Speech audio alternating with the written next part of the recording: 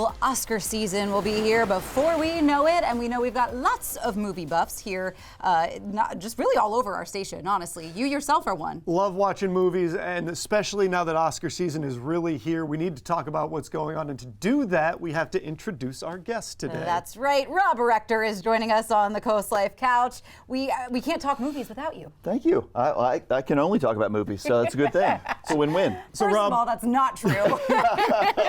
Sure.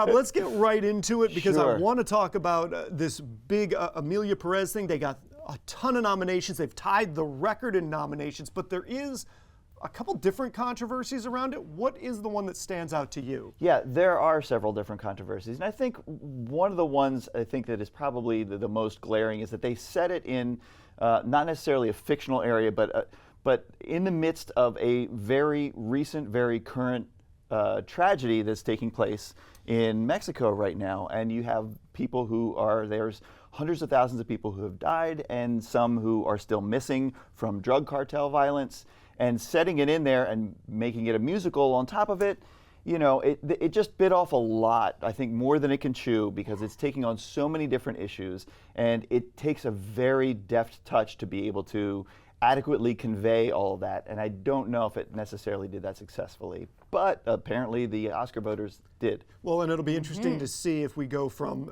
tying the most nominations ever to then potentially the backlash turning out to be not a lot of awards, maybe one or two, but not 13. Right, exactly. And like you said, because there are multiple issues that the film is facing right now, it's hard to say which ones it'll be able to just kind of circumvent, or ones that'll leap over, or ones that'll actually stall it. So, there's a lot of time between now and the actual Oscars. So, who's to say what that gets traction and what actually, just kind of fades into the ether once the outrage finishes. But it's not the only controversy, not the only movie dealing with that. The Brutalist, which is one of the big awards favorites in certain ways, there's an AI thing going on? Yes, this one's a little bit more obscure. So there's a device called Respeecher, which is actually used to help people with their speech patterns. And Adrian Brody's character is a Hungarian immigrant.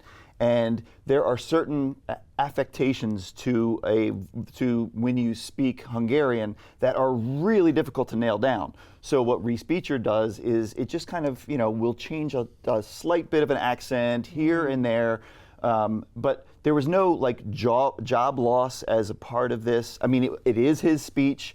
It is just kind of curtailed. It's just like when music artists use auto-tune for it. Yeah, it's kind of the same approach, and no one's really caused a stink with that. But I know AI is a boogeyman right now, and in some aspects, rightfully so.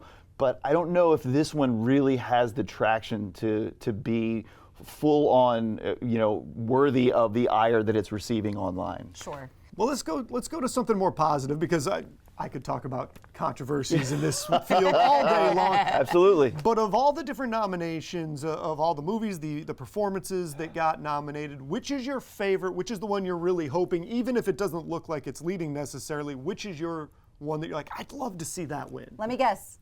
Wicked. Leah, you know me. You know me. And I'm not just saying that because that's my pick. While I do think there were some amazing performances, and I think there could be potential wins for Wicked in the near future. For me, the single best movie-going experience I've had this past year was The Substance with Demi Moore. Okay. I think it was one of those roles that just seemed custom catered to the actor. Just like Robert Downey Jr. taking Tony Stark, Yes. I mean, it seemed just perfect fit for Demi Moore, and she does put it all out there, and it is exciting. It's not a perfect film, Sure, and it's not for every audience. I want to say that with a word of caution.